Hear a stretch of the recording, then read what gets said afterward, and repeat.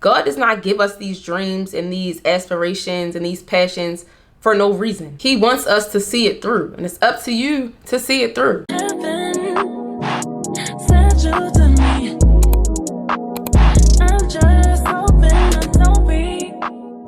Hey girl, welcome back to my channel. My name is Trinity. If you're new here, today we're going to be discussing how to create your dream life. One of my biggest pet peeves is when people complain so much about everything in their lives when they're really not doing anything to change their situation. And I think a lot of people think that life just happens. And I know a lot of people think that way because when I hear a lot of people talk about like law of attraction and manifesting, a lot of them really think that just because they think something, it's going to happen. And that's really not how it works. You have to be really intentional with everything that you do, especially when you're trying to create a whole new version of yourself or a whole new life. So I'm gonna share with y'all some things that I personally started doing a while ago in order to create my dream life. No, I'm not 100% there yet, but I am definitely on the path.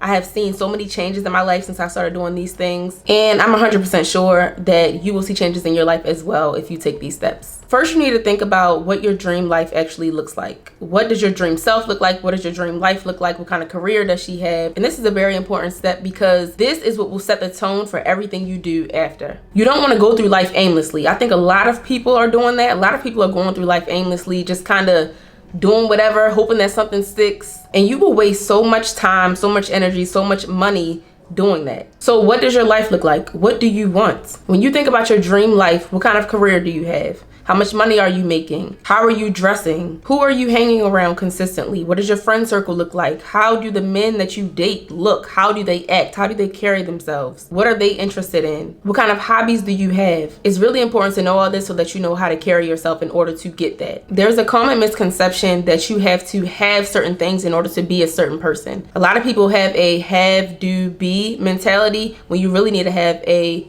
be, do, have mentality. The have, do, be mentality makes you feel like you have to have certain things and do certain things in order to be a certain person. And that is not the case at all. Like, you don't have to have a certain amount of money so that you can do the things that this type of person would do. You have to first become that person. Really embody this person that you have in mind. How do they speak? How do they act? How do they dress? Put yourself in that position. Start doing the things that that person would do, and then you will have the things that you want to have. I like to use vision boards and Pinterest boards. I really believe that they work. I used to be the type of person who felt like, how can me putting all these pictures together really change my life? And it's not that putting all the pictures together and making a collage will change your life. It's going through the process of creating that vision board, going through the process of figuring out what you actually want, seeing these things visually, and actually looking at the board every single day to remind yourself of the life you said you wanted, the person you want to be, the things you want to have. Your vision board should serve as a daily reminder of all of those things. I like to create mine on Canva. I'll usually go on Pinterest,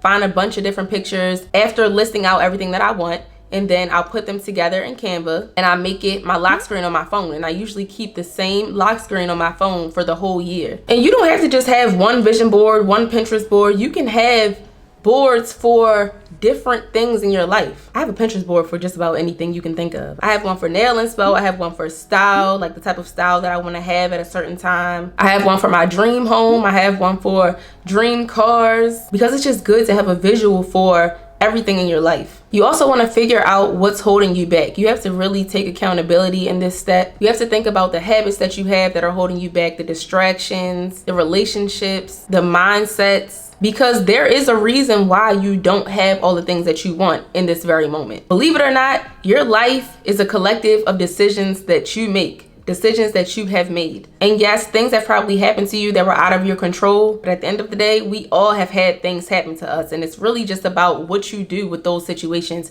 how you handle those situations in order to become a better person. I know a lot of people don't want to hear that, especially if you've had a lot of really heavy traumatic things happen to you, but what are you going to do about it? Are you going to sit in that for the rest of your life, or are you going to take the necessary steps in order to better your life and better yourself? When I think about the life that I want to have, when I think about my higher self, I know exactly what's holding me back from having that life and being that person. I procrastinate like crazy. I allow my anxiety to get the best of me. I overthink everything. I'm easily overwhelmed. I have yet to stick to all of the routines that I have been creating. And these are all things that I have to deal with in order to have the things that I want to have and be the person that I want to be. There's no way I can be that person and have the life that I want to have if I'm still stuck in procrastinating all the time and allowing my anxiety to stop me from doing certain things. There are a lot of things that I have changed in the past though, and that's how I know that taking accountability and really making certain changes works. I used to come up with so many excuses for why I couldn't get in the gym. After I had my son, I had a really hard time eating 3 times a day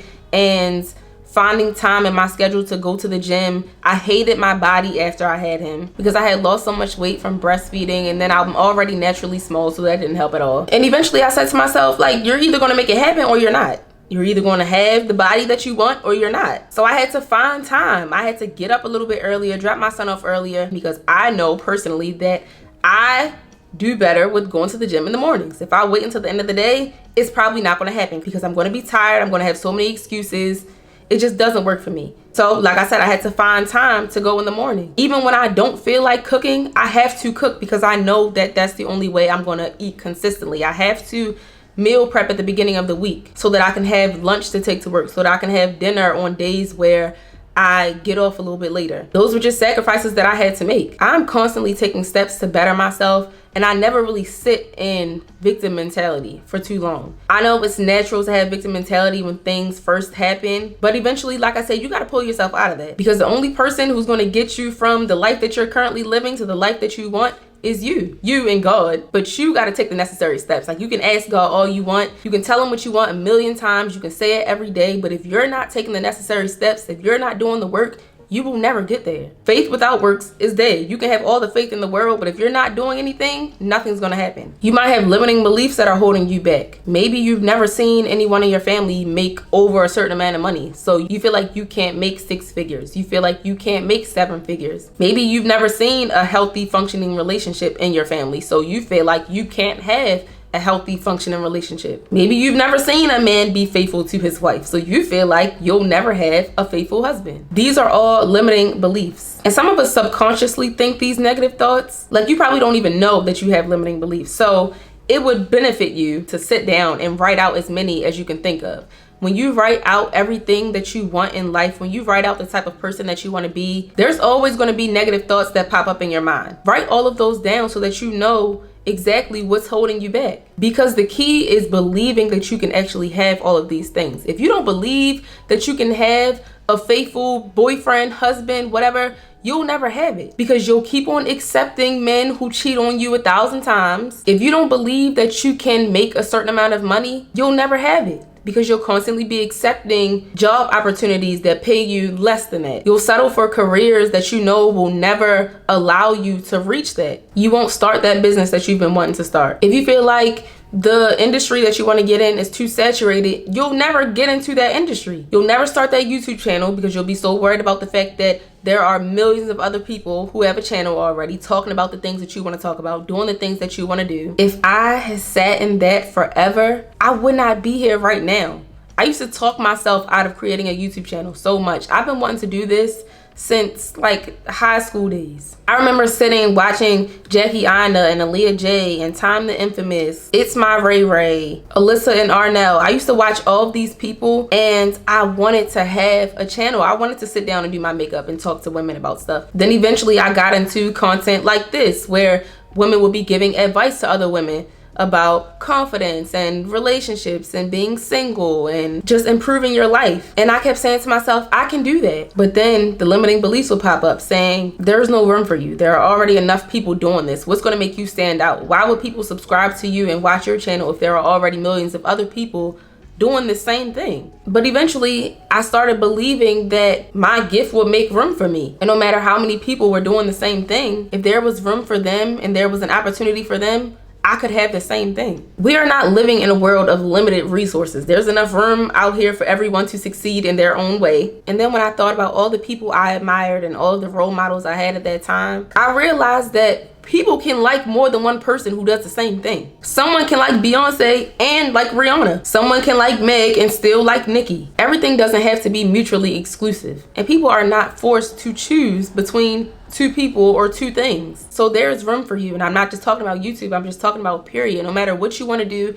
no matter what you want to have, we're not living on limited resources. There's enough for you to have what you want. Then this is the hard part. You want to get rid of the people and the things that do not align with what you say you want. This is why I said you got to know what you want, because if you don't, you'll accept a little bit of any and everything. When you don't know what you want, you allow people to come into your life treating you any kind of way. When you don't know what you want, you settle for mediocre relationships. You settle for a mediocre life. I mean, let's be real. A lot of people live mediocre lives because they had these mediocre dreams. They allowed these mediocre people to come into their life. They're okay with mediocre relationships, and they don't know how to filter people and things out. What do you want and what does not align with that? If your eating habits do not align with the body that you want, you gotta cut that stuff out. If your spending habits do not align with the bank account that you wanna have, you gotta cut that spending out. If you're hanging around a bunch of people who don't want anything out of life, or people who are just really complacent with where they are, you might have to cut them out of your life for a little bit, or maybe even forever. If you're smoking and drinking every day and you know that your higher self does not smoke and drink every day, you gotta cut that stuff out. Like I said, your life is a collective of decisions that you make, and it's up to you to get rid of certain people. It's up to you to stop doing the things that you've been doing. It's up to you to create new habits, to create new routines in order to have what you say you want. Nobody's stopping you but you. I realized a long time ago that I was in my own way for a really long time. I was dating people for their potential and not what they were showing me. I was hanging around people who weren't really benefiting me in any kind of way. People who kept me stagnant and stuck. People who didn't make me think bigger. And that's why now I have no problem cutting people off. Now, I give people a fair amount of chances, but certain stuff some people just can't come back from. And I'm fine with letting people go amicably, because I'm not in the business of forcing things that I know are not meant for me, even if it's just for that season. I know that anytime I get rid of something that's not meant for me, God rewards me. He gives me something better. And I know it might be a little scary if you think about what your dream life looks like, what your dream self looks like, and it just seems so far out of reach. Like if it seems like it's the complete opposite of your reality right now, that can be a little discouraging. But you got to take it one step at a time. You don't have to change your whole life in a day. You don't have to focus on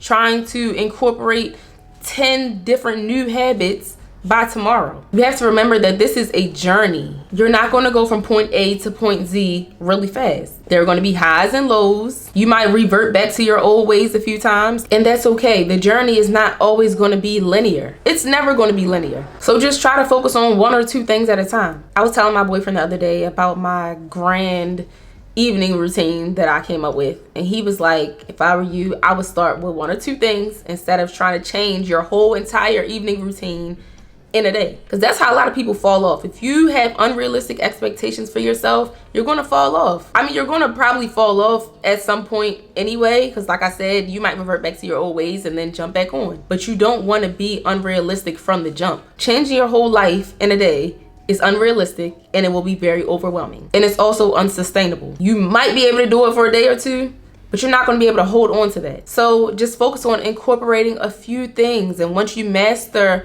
one or two things, then you start adding more. Right now, I'm just consistently trying to go to bed and wake up at the same time every day. I want to eat 3 meals a day, and I want to go to the gym 3 times a week. I have to master those things before I add anything else into my morning or night routine. And because I have been focusing on these 3 things that are most important to me, I'm not super overwhelmed and overstimulated when I think about it. So really think about what you want. Be delusional. Like, this is the time to be delusional. Even if you feel like certain things are too far out of your reach, even if you feel like you've never seen anyone else do it, put it on paper, because it is possible to change your reality. It's possible to change your life, and it's possible to have the things that you want. God does not give us these dreams and these aspirations and these passions for no reason. He wants us to see it through, and it's up to you to see it through. As always, I hope y'all enjoyed this video. Make sure you like, comment, and subscribe if you have not already, and I will see y'all in the next one. Bye.